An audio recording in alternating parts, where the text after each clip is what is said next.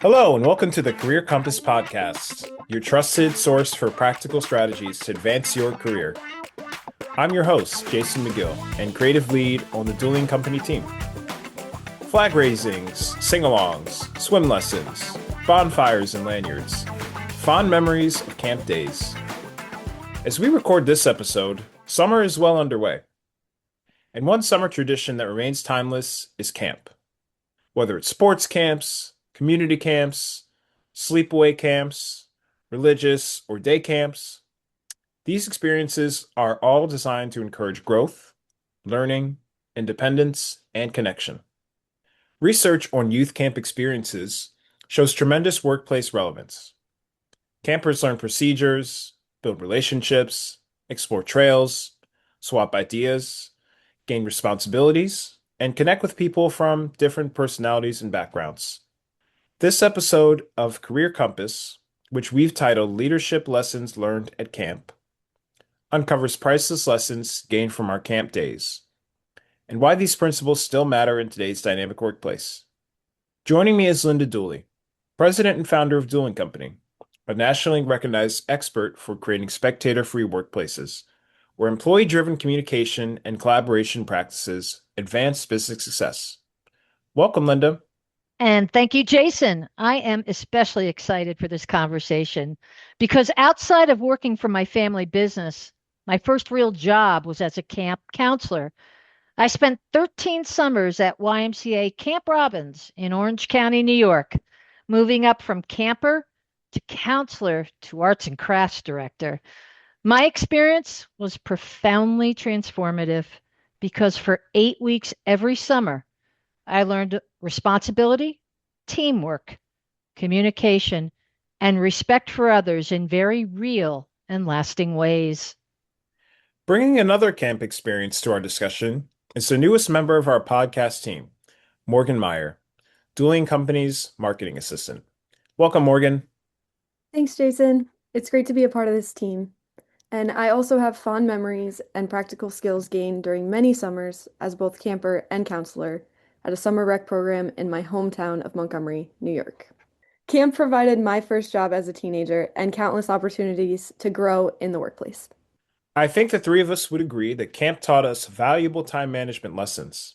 Camp schedules move fast. Swim lessons, team sports, arts and crafts, competitions and meals all operate on structured timelines.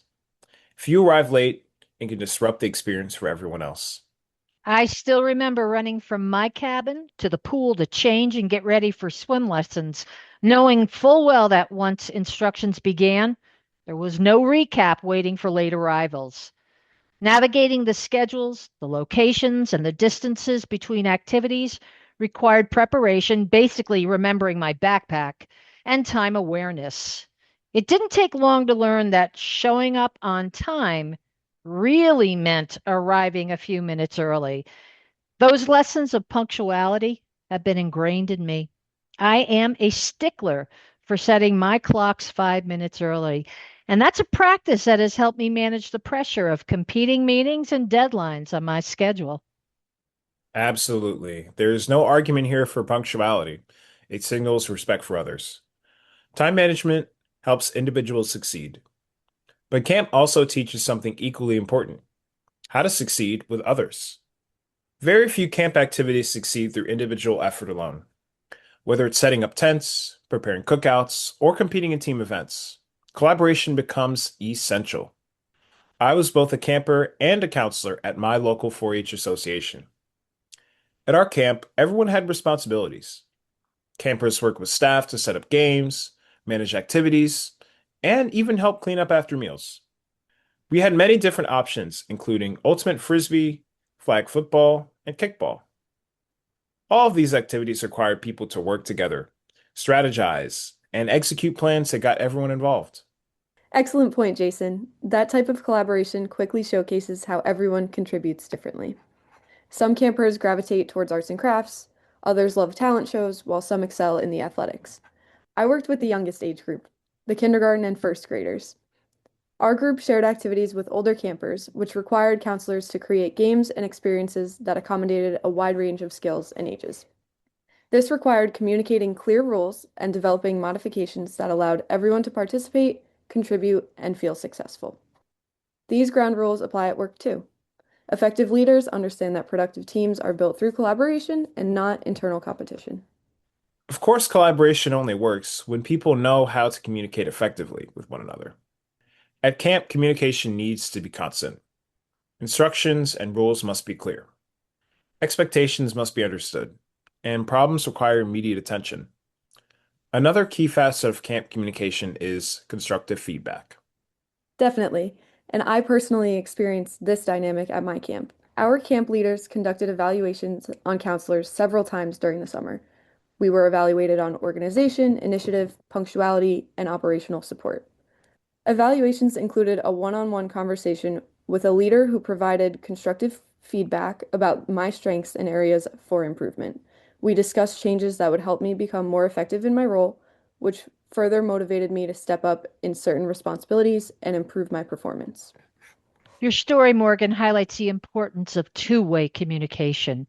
In the example you shared, you just didn't receive feedback. You had an opportunity to ask questions, share your perspective, and discuss how to apply the feedback to become a better counselor. And that conversation ensured your voice was heard. It enabled a shared understanding about expectations and next steps. Unfortunately, through my work, I hear too many stories today about employees receiving performance reviews through email or digital platforms with little opportunity for meaningful dialogue. The feedback, it feels generic. It lacks specificity and it leaves employees questioning the authenticity and the applicability of the message.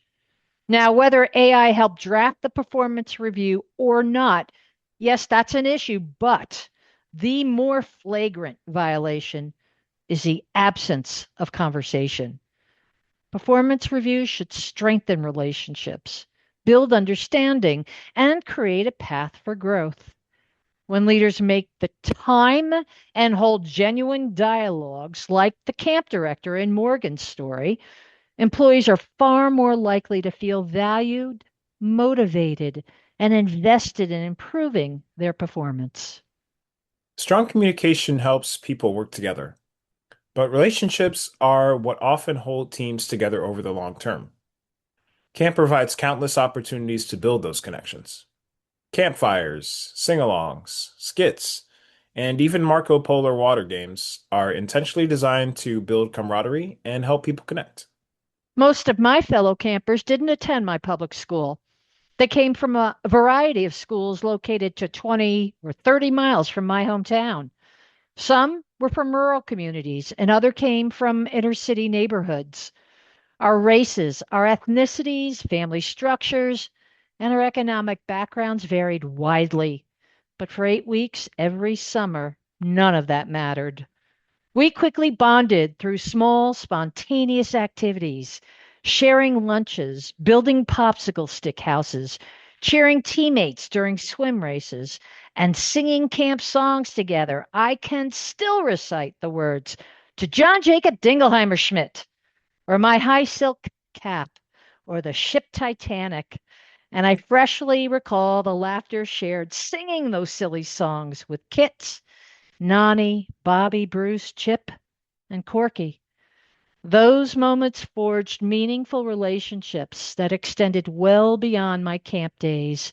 In fact, many decades later, my YMCA cohort remains connected and caring. Wow, that's extremely powerful, Linda. It is. Relationships often begin when we step outside our comfort zones and engage with new people and experiences. That's another powerful lesson camp teaches exceptionally well. I remember arriving at camp for the first time, not knowing anyone. I was a bit nervous and even uncertain, but by the second or third day, I felt way more comfortable and had already started building friendships. Camp also introduced me to activities I never even imagined I would enjoy. Our 4-H camp offered painting, archery, robotics, board games, and even sand art. To my surprise, I discovered a creative side and learned that I genuinely enjoyed painting. As a counselor, it was equally rewarding to watch campers stretch beyond their own comfort zones and discover new interests and hobbies and abilities. Getting comfortable with the unfamiliar often means interacting with new people, trying new experiences, and taking risks. Camp creates a powerful environment for that kind of growth. That's a great example, Jason. Growth often begins when we're asked to do something that feels uncomfortable. An approach that our camp counselors used to pry campers from their comfort zones were cleanups. Counselors rotated responsibility for managing daily cleanup assignments at cabins and various activity venues. Now, the camper selected as the cleanup leader received a clipboard, a checklist of duties, a pen, and here's the big thing, a whistle. They assigned responsibilities, monitored progress, and communicated results to the group. As you can imagine, this was a daunting challenge, especially for the quieter, more introverted campers who preferred to stay in the background. But with coaching and encouragement from counselors, even the shyest campers learned to step forward, voice directions, and blow that whistle to regroup everyone for a debrief. Looking back, it was really an effective lesson for building confidence and communication skills. And by the way, that practice, that transfers remarkably well to the workplace to uplift teams and transform the droll of most meetings. And we all know what that feels like, that droll. Something as simple as shifting responsibilities for creating agendas for team meetings and facilitating discussions from the manager to employees will build confidence, public speaking skills, and leadership presence. I've applied this practice countless times in my consulting work with both hourly and salaried teams, and the results are consistently impressive. Employees become more comfortable speaking up, listening to different viewpoints, and encouraging new ideas from their peers. Our Dooley and Company research finds that filter-free, two-way communication produces stronger team relationships and better productivity by leveraging the diverse perspectives that exist within every team. Growth rarely happens when our comfort isn't challenged. Absolutely, Linda. And these stories cite the value of differences. Too often, people assume that differences create barriers, particularly when it comes to differences in opinion. Whenever people come together, differences of opinion are inevitable.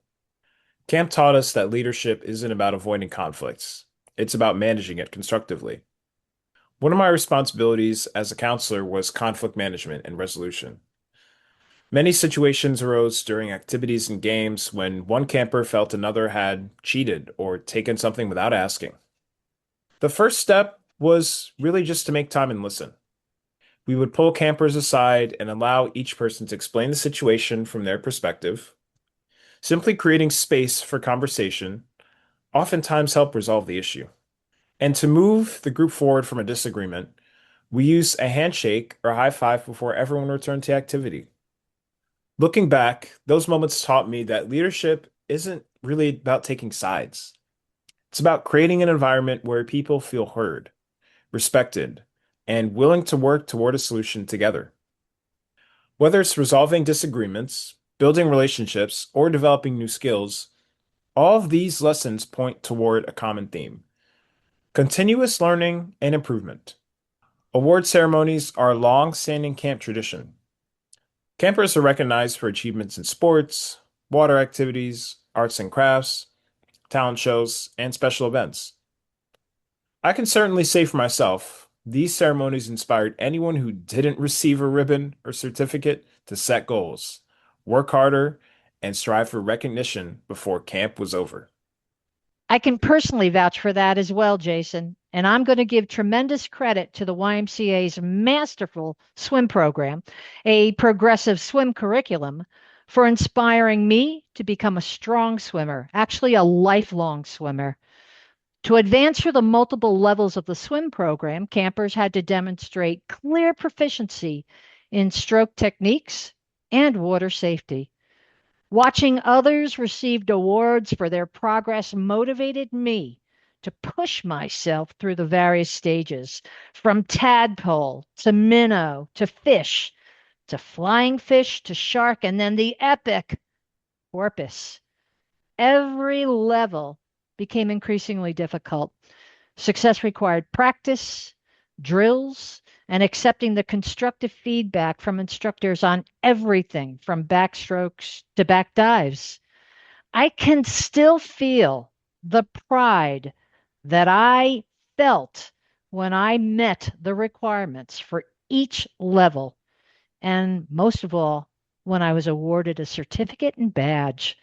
Believe me, I'm not a seamstress, but I couldn't wait to sew that new badge onto my bathing suit and proudly display my accomplishment. What made the experience so valuable was the fact that the improvement, it just wasn't left to chance. There was a clear path forward. You knew what skills you had to develop. You needed to pay attention to the coaching from the swim instructors along the way. And you knew that you would be evaluated in order to advance to the next milestone. That formula doesn't just work in a pool, it applies to career growth. The most successful professionals don't simply hope to improve, they set goals, seek feedback, develop new skills, and remain committed to continuous learning. That's also a great point, Linda. And flexibility and adaptability also contribute to that continuous learning. Mother Nature taught me that as a counselor many times. Thunderstorms or high temperatures often disrupted the best plans for team building and outdoor activities. And on those occasions, I would brainstorm with my fellow counselors on new versions of games to keep these activities fresh and engaging. Our camp leaders encouraged us to experiment so that we could listen to campers' feedback and make changes to improve the camper experience. Some of our most successful outcomes happened when we offered campers choices and allowed them to shape activities. In doing so, we learned more about their interests and what motivated them. Looking back, those experiences taught me that learning opportunities come from a variety of perspectives in the workplace. Well said, Morgan. As we've reflected on our camp experiences today, one thing becomes very clear. Many of the leadership skills we rely on as adults were first developed long before we entered the workforce. Who knew that camp's summer recreation was actually a summer transformation? Our Career Compass team hopes today's episode helps you move forward with greater confidence, curiosity, and connection. If you enjoyed this episode, share it with a friend, colleague, or family member. More episodes with practical tips for building a spectator-free career are available at dooley.com/podcasts. Thank you for listening. I'm Jason McGill. Own your growth, demonstrate your value, and never sit in the spectator seat.